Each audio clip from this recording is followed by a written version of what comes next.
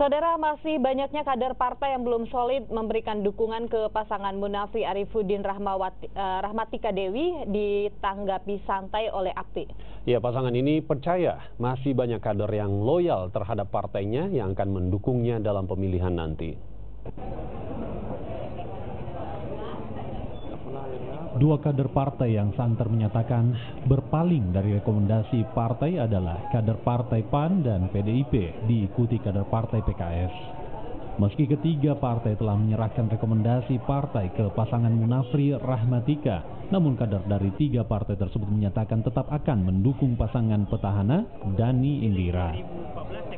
Munafri Arifudin yang mendapat usungan partai-partai ini menjelaskan telah menyerahkan penyelesaian masalah ini ke para elit partai. API yakin para kader nantinya akan memberikan dukungan mereka ke pasangan yang mendapat rekomendasi partai.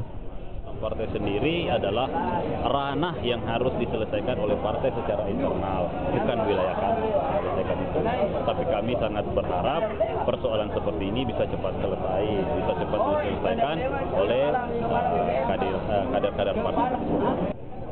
API yang saat ini telah mengantongi dukungan dari 10 partai politik, termasuk PAN, PKS, dan PDIP, yakin para elit partai bisa mengarahkan kader mereka untuk kembali loyal dan mendukung pasangan yang diusung parpol. Nila Rustam, Kompas TV Makassar.